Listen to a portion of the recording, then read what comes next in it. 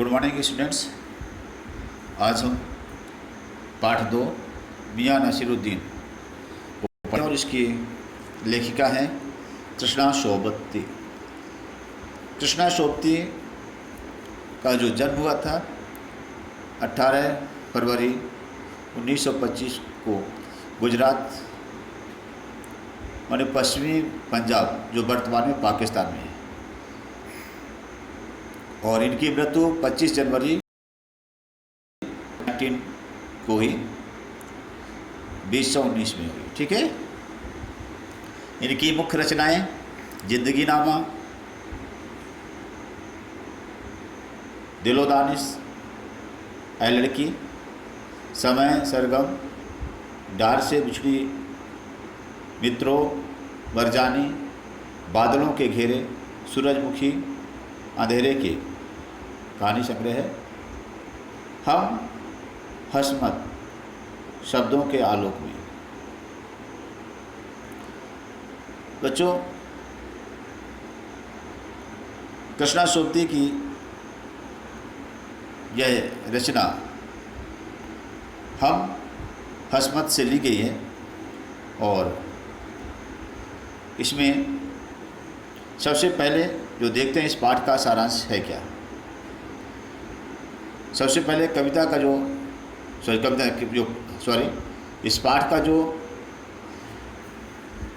Central area है इस पर चर्चा करते हैं। आफ्टर देन इस पाठ का सारांश बताते हैं।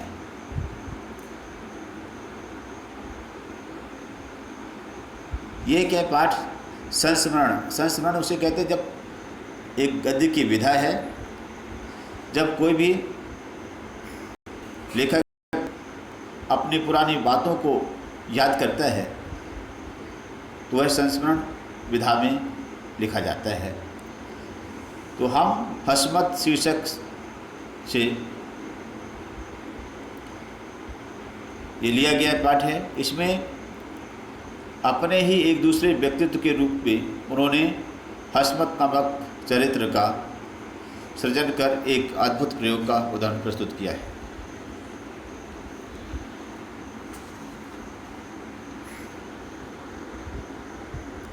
कृष्णा जी के भाषिक प्रयोग में भी विविधता है। उन्होंने हिंदी की कथा भाषा को एक विलक्षण ताजगी दी है। संस्कृतनिष्ठ तत्सम शब्द, उर्दू का वाकपन, पंजाबी की जिद्दादिली, ये सब एक साथ उनकी रचनाओं में मौजूद हैं। मतलब क्या है, उन्होंने संस्कृत, उर्दू और पंजाबी तीनों भाषाओं के शब्दों को इस्तेमाल किया, प्रयोग किया है।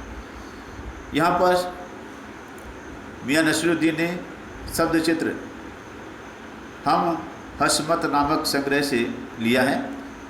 इसमें खानदानी नानवाई, नानवाई मतलब क्या होता है, रसोईया, जिसे आप क्या है शेफ कहते हैं आजकल, है ना। तो शेफ जो है, खानदानी जो शेफ है, खानदानी का मतलब क्या होता है, परंपराओं से जो चला आ रहा है पीढ़ी दर पीढ़ी। तो मियाँ नसीरुद्दीन उनके व्यक्तित्व, उनकी पर्सनालिटी के बारे में, उनकी रुचियों के बारे में, उसके स्वभाव, इनका सभी का शब्द चित्र खींचा गया है। शब्द चित्र मतलब शब्दों के द्वारा जैसे चित्र ड्राइंग की गई हो, ऐसा बताया गया। मियाँ नसीरुद्दीन अपने मसीहाई जो तो अंदाज में और क्या रोटियां बनाते हैं।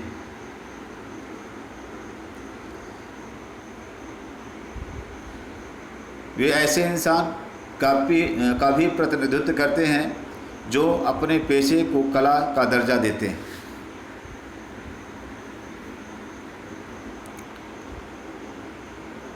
और करके सीखने का असली हुनर मानते हैं। मतलब क्या है, मियाँ नसीरुद्दीन कैसे हैं, इस पाठ के माध्यम से एक मसीहा जैसे होते हैं। मसीहा मतलब पथ प्रदर्शक, रास्ता दिखाने वाले। रोटी को पकाने की जो कला उनमें है, ये तो है ही, वो ख़ानदानी महारत है। जैसे क्या है, पीढ़ी दर पीढ़ी जो तो बात चली आ रही है। लेकिन इसके अलावा वो एक ऐसे आदमी हैं, ऐसे इंसान हैं जो अपने पेशे को अपनी स्किल समझते हैं, कला समझते हैं, एक आर्ट समझते हैं। बहुत से लोग क्या है, अपने पेशे को क्या एक मजबूरी समझते हैं, लेकिन क्या वो उसे एक आर्ट समझते, कला समझते हैं और लोगों को यह शिक्षा देते हैं। जैसे मान लो क्या है कि जो भी हम सीखते हैं तो करके सीखा जाता है और स्टेप बाय स्टेप, ऐसा नहीं कोई एक साथ कभी ऊंचाइयों पर नहीं पहुंचता, उसे स्टेप बाय स्टेप आगे बढ़ना पड़ता है, उसे हर तरह के काम करने पड़ते हैं, तब वो आगे बढ़ता है। तो अगर कोई हमें हुनर सीखनी है, अगर हमें कोई जो तो किसी चीज़ के में एक्सपर्ट बनना है, तो सबसे पहले शुरुआती दौर पर क्या है, उस काम को करना शुरू करें। कोई भी काम छोटा नहीं होता और किसी भी काम को करने के लिए छोटी से छोटी बात जो है तो जानना ज़रूरी है। तो नान बाई का मतलब क्या हो गया, रोटी बनाने और बेचने वाला, ठीक है। मसीहा मतलब तो है देवदूत। तो मियाँ नसीरुद्दीन क्या है, एक रोटी बनाने वाले और बेचने वाले हैं, ठीक है। तो देवदूत की जगह एक संरक्षक के रूप में भी कह सकते हैं।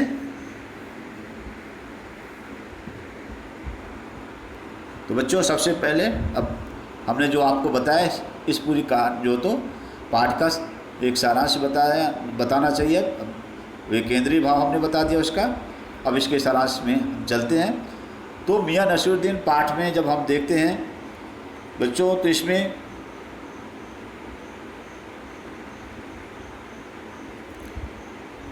लेखिका ने मियाँ नसीरुद्दीन के स्वभाव की खूबियों को बताया है, ये बात हमने सबसे पहले बता दी।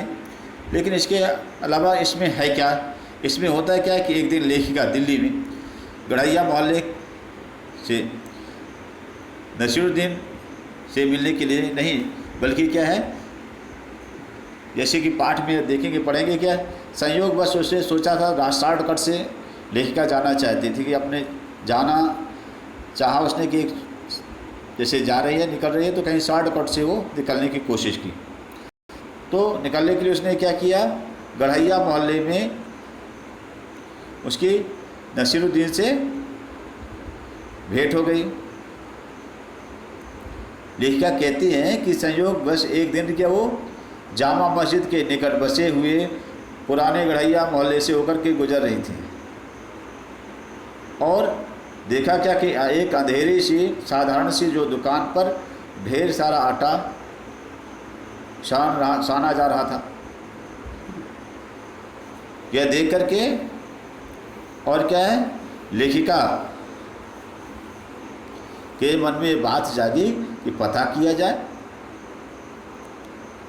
कि बात क्या है, इतना ढेर सारा आटा क्यों रखा हुआ है। पहले तो उसने सोचा कि मे भी पॉसिबल हो सकता है, कहीं ऐसा तो नहीं कि सामने वाला क्या है, सिवैयाँ बनाता हो, है ना, सिवैयाँ बनाता हो। तो अगर सिवैयाँ बनाता होगा तो क्या है, अपना भी क्या हम भी आटा इनको दे देंगे और क्या है बनवाई दे देंगे, ऐसा सोच करके और लेखिका जो तो उनके पास जाती है। दूसरी बात क्या है, लेखिका क्या एक पत्रकार की हैसियत से भी अगर देखा जाए, जो पत्रकार जो होते हैं तो उस खोजी किसी बात के बारे में जानकारी करना, तो आखिरकार क्यों इतना ढेर सारा आटा क्यों रखा है, क्या बात है। तो हर बात एक पत्रकार जो होता है उसके हर बात में क्या वो शंका करता है। लेखिका भी क्या इसी बात को लेकर के उन्होंने उसके बारे में बात आई और वो क्या है वहाँ पर जब गए तो उन्होंने पूछा कि आखिरकार इतना ढेर सारा आटा क्यों रखा हुआ है। तब पता चला क्या कि ये 56 प्रकार की रोटियां मियाँ नसीरुद्दीन बनाते हैं, ठीक है, उनकी दुकान है ये। तो मियाँ अंदर ही बैठे बीड़ी पी रहे थे और देखने में ही पता चलता था कि कहीं एक एक्सपीरियंस पर्सन है और उनके जो तो आंखों में चुस्ती थी और क्या चेहरे पे चमक थी, चतुराई थी। देखिए लेखिका ने जब मियाँ से प्रश्न किया कि भाई उन्होंने ये 56 प्रकार की रोटियां बनाने का कि जो कला है, ये आर्ट है, ये हुनर है, कहाँ से सीखा। तो क्या है, एक बेपरवाही जो तो अंदाज में जैसे बेपरवाही मतलब जैसे बिना किसी चिंता के, बिना किसी खौफ के, है ना, उसने क्या है लापरवाही पूर्वक जो तो उन्होंने लेखिका से बताया कि नानबाई का काम कई पुश्तों से उसके घर में चला आ रहा है। उसके पिता, उस दादा, है ना, तो पिता क्या है बरकत शाही गढ़ैया वाले, और दादाजी क्या थे कल्लन मियाँ। ये क्या ऊंचे दर्जे के, माने क्या टॉप 1 के जो तो नानबाई थे ना, द बेस्ट शेफ थे। तो यहाँ पर क्या है, मियाँ नसीरुद्दीन ने अपने जो कुछ भी सीखा है वो ख़ानदान से सीखा है, और उन्हें क्या इस बात का प्राउड है कि एक अच्छे ख़ानदान से वो बिलोंग करते हैं। और ये भी बताते हैं कि उन्होंने जो कुछ भी सीखा है, जो भी इन रोटियों को बनाने का उसने आर्ट सीखी है, वो अपने फादर से सीखी है, रहमत मियाँ से, सॉरी वाले जो तो की खिदमत में रह करके, बरकत शाही, ठीक है, अपने वालिद से, अपने पिता से, बरकत शाही से। अब आगे वो बताते हैं कि मियाँ नसीरुद्दीन ने लेखिका से बताया कि किसी भी हुनर को पाने के लिए एक सच्ची लगन की आवश्यकता पड़ती है, और कोई भी अगर व्यक्ति किसी चीज़ को सीखना चाहता है तो उसे लगन, अच्छी लगन तो चाहिए ही चाहिए, साथ ही उसे मेहनत भी करनी पड़ेगी। जैसे कोई पढ़ाई में वो अलिफ से शुरू करता है, ठीक है, फिर बे, फिर जीम, इस तरीके से कहने का मतलब कोई भी बच्चा अगर क्लास में जाता है तो सबसे A for apple, B for boy, C for cat, या छोटा आ अनार का, बड़ा आ आम का, छोटी ई इमली का, इस तरीके से अल्फ़ाबेट को स्टेप बाय स्टेप सीखता है। पहले क्या होता है, कच्ची और पक्की की बात होती है, इसका जिक्र करते हैं। एक्चुअली में पहले बच्चों को क्या है, जब एक कंबाइंड क्लासेस लगा करती थी, 1 2, जैसे 2 2 3 3 क्लासेस एक साथ लगा करती थी बच्चों, तो उस समय का भी जिक्र करते कहते कोई भी तो बच्चे क्या है, कच्ची का मतलब क्या है, एक ही क्लास में टीचर्स बच्चों को 2 पार्ट्स में डिवाइड कर देते थे। एक ऐसे बच्चे हुआ करते थे जो अपना होमवर्क कंप्लीट करके आते थे, उनको पक्की का नाम दे दिया जाता था, और जो बच्चे अपना होमवर्क कंप्लीट करके नहीं आते थे उनकी अलग से लाइन क्लास में बना दी जाती थी और बैठे रहते थे, और उनको कच्ची कह दिया जाता था। तो बच्चों के मन में क्या है, एक कंपटीशन की भावना आती थी, ठीक है। तो राइटर ये कहना चाहते, यहाँ पर राइटर ने बताया कि मियाँ नसीरुद्दीन बताते हैं कि भाई पहले कोई स्टेप बाय स्टेप अलिफ सीखेगा, फिर कच्ची या पक्की में वहाँ पर पहुँचेगा, फिर जाकर के हायर क्लासेज में, ऊंची जमातों में, मतलब हायर क्लासेज में पहुँचता है, कोई डायरेक्ट हायर क्लास में नहीं पहुँचता है। सिमिलरली क्या है, कोई भी हुनर सीखना होता है तो उसमें सबसे पहले छोटे छोटे काम जो उसके होते हैं वो करना पड़ता है, और ख़ुद करना पड़ता है। छोटे छोटे काम से ही बड़े बड़े कामों की तरफ बढ़ा जाता है। मतलब कहना चाहिए वो खुद अपने लिए बताते हैं कि जैसे उन्होंने बचपन में भट्टी लाना, बगान यहाँ पर बनाना है, भट्टी में आँच देने की जो कला है, बर्तन धोना है, ऐसे छोटे छोटे काम जो तो बचपन से उन्होंने किया, सीखा, और तब आज वो इतने परफेक्ट हो गए। सीधे आकर के दुकान में नहीं बैठे कि सीधे आकर के दुकान में बैठ गए हो तो दुकान चलने लगे हो। तो दुकानदारी या ग्राहकी का सीधा अनुभव पाने के लिए उन्हें क्या एक लंबा समय उन्होंने लगाया। आफ्टर देन मियाँ नसीरुद्दीन लेखिका से बताते हैं कि वो ख़ानदानी जो तो परिवार से बिलोंग करते हैं, और जब ख़ानदान की बात आती है तो उनके चेहरे पर चमक आ जाती है, उनकी छाती क्या है गर्व से फूल जाते हैं, उनको प्राउड होता है। वो अपने ख़ानदान को किसी भी हालत में नीचे नहीं दिखना चाहते हैं, और साथ में वो डीगे भी हाँकते हैं। वो कहते हैं, लेखिका से बताते हैं कि उनके जो बुजुर्ग थे, पुरखे थे, वो क्या बादशाह सलामत के यहाँ क्या है दानवाही रहे, है ना। बादशाह सलामत के कहने पर उन बुज़ुर्गों ने ऐसी ऐसी चीज़ें बनाई जो कि जिसे ना तो आग में पकाया जा सकता है और ना ही पानी लगता है। तो इसके बाद लेखिका ने उस चीज़ का नाम पूछा तो उन्होंने कहा नहीं बताएंगे। क्यों बताएं? बादशाह सलामत का नाम भी पूछते हैं कि कौन से बादशाह थे, कि यहाँ पर आपके दादाजी लोग काम करते थे, आपके पुरखे काम करते थे। तो कहते नहीं बताएंगे भाई, आपको कहीं पर उनसे कोई लेटरबाजी थोड़ी करनी है, कोई पत्र थोड़ी लिखना है, आप क्या बादशाह सलामत लिख लीजिए। इस तरीके से क्या है, वो अपनी बात को टाल देते हैं, अपने परिवार को एक ऊँचे कराने का बताने का वो प्रयास यहाँ पर वो करते हैं। आगे ये भी बताएं कि वहाँ पर जो अच्छे ख़ानदानी नानभाई होते हैं वो क्या है, कुएं में भी रोटी पका सकते हैं। मतलब क्या है, अपने शान को, अपने परिवार की शान को, वो ख़ानदान की शान को क्या है वो ऊंचा बताने के लिए ऐसे ऐसे एग्जाम्पल भी देते हैं कि जो तो ख़ानदानी नानभाई जो होते हैं कुएं में भी रोटी पका सकते हैं। राइटर जो से लेखिका से जो तो मियाँ नसरुद्दीन कहते हैं। आखिरकार लेखिका मियाँ नसरुद्दीन से उसके खानदान पर बादशाह सलामत के बारे में उनका नाम जानने की कोशिश की। उन्होंने पूछा भाई क्यों, क्या करना है आपको, क्या आप पत्रकार हैं क्या? पत्रकारों से ख़ास तौर पर वो ज़्यादा पसंद वो नहीं करते हैं, है ना। और यहाँ पर क्या है, क्या करोगे आप? बोले नहीं नाम हम लिख लेते, बोले नाम मिला लेते। बोले आज तक किसी ने किसी को मिलाया है ना। भाई जो आपको बताया गया उतना आप मान जाइए, बस हो गया। फिर भी लेखिका ने जब आगे देखा कि यहाँ पर मियाँ नसीरुद्दीन के चेहरे पर एक अंधड़ छिपा हुआ है, अर्थात ज़्यादा अगर क्या है उससे ज़्यादा प्रश्नबाजी करेंगे तो क्या हो, वो नाराज़ हो जाएंगे, है ना। क्योंकि शायद मियाँ नसीरुद्दीन को भी पता चल गया था कि मैं जो डींगे हाँक रहा हूँ, मैं बहुत कहीं ज़्यादा मैंने अपने ख़ानदान की प्रशंसा कर दी है और लेखिका ने मेरी शायद गलती को पकड़ लिया है। तो वो भी क्या है बेरुखी से जो बोला कि भाई ठीक है। इसके बाद वह किसी दूसरे आदमी से बातचीत करना शुरू कर दिया और लेखिका भी समझ गई कि शायद इसके अंदर एक उफान है, अंधड़ छुपा हुआ है, इससे ज़्यादा आगे बातचीत न की जाए। अगर ज़्यादा बातचीत करेंगे तो ये उल्टा सीधा जवाब दे सकता है। और लेखिका चली आए।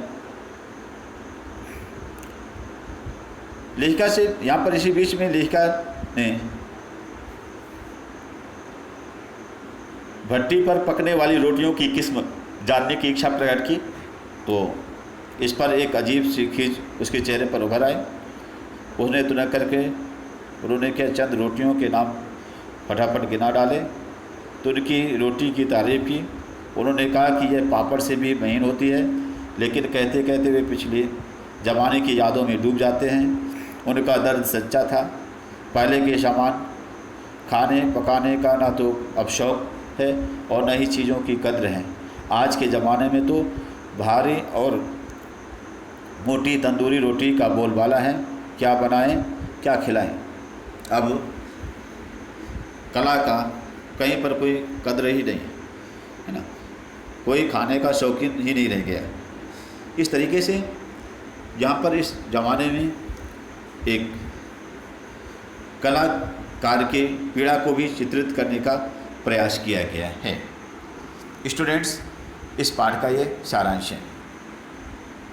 इस पाठ में कुछ महत्वपूर्ण शब्द, कठिन शब्द हैं जिन्हें आप देखिए, जैसे साहबो मतलब दोस्त,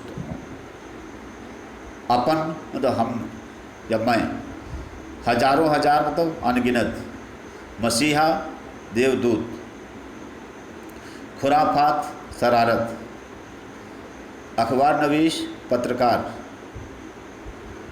फटाफट मान रोटियां बनाने के लिए आवाज़, पंच हजारी मीन्स 5000 सैनिकों का अधिकारी।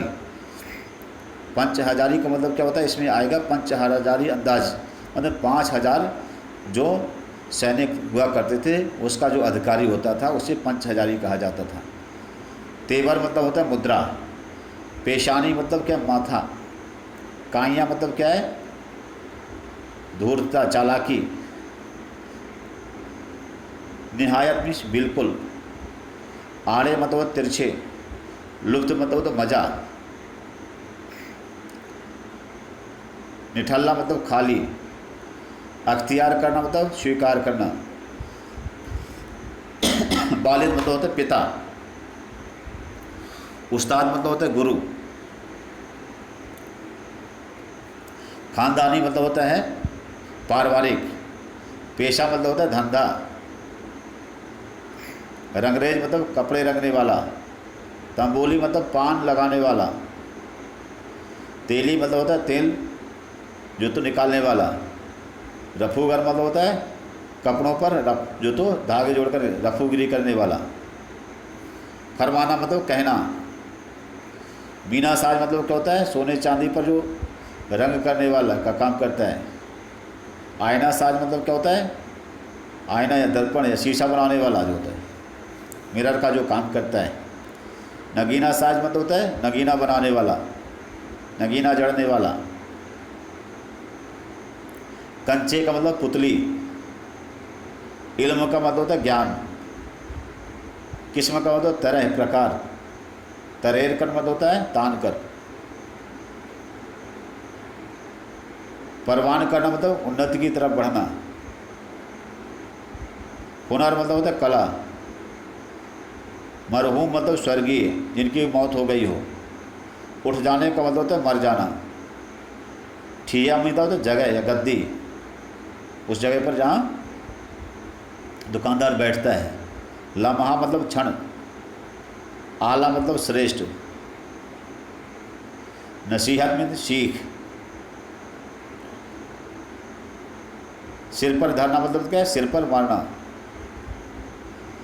शागिर्द मतलब तो चेला। कस खींचना मतलब सांस खींचना। वजह फरमाना मतलब ठीक कहना। अलिफ बे जीम ये फारसी लिपि के अक्षर हैं, जैसे ABCD। मदरसा मीन्स विद्यालय। कच्ची मतलब पहली से पहले की कक्षा, आजकल जैसे नर्सरी KG होती हैं। जमात मतलब होता है कक्षा, क्लास मतलब कक्षा। दागना मतलब प्रश्न करना। मजे मतलब कुशल तरीके से। तो जैसे मैंने बताया कच्ची और पक्की, बच्चों को क्या है, जैसे प्राइमरी क्लासेस में क्या है, इस तरीके से कच्ची और पक्की में एक क्लास में ही डबल बच्चों को बिठा दिया जाता है। मतलब वहाँ पर जैसे फर्स्ट क्लास में है तो उसमें जो नहीं बना तो उनको क्या कच्ची में कर दिया। मतलब है तो भले फर्स्ट में, फिर भी क्या उनको KG स्टैंडर्ड का पढ़ाना शुरू कर देंगे और बच्चों को इस बात का फील करेंगे वही बच्चे कि भाई हमसे अभी नहीं आता है। तो उनमें भी कहीं ना कहीं कंपटीशन की भावना आया करती थी। तो बच्चों इस तरीके से अभी हमने कुछ शब्दार्थ आप लोगों को बताए और पाठ का सारांश बताया। आप लोगों को इस पाठ की रीडिंग करनी है। आफ्टर देन हम आप लोगों को इस पाठ को पढ़ाएंगे। स्टूडेंट्स आप लोग क्या है इसे पढ़कर आइए। Thanks, good day.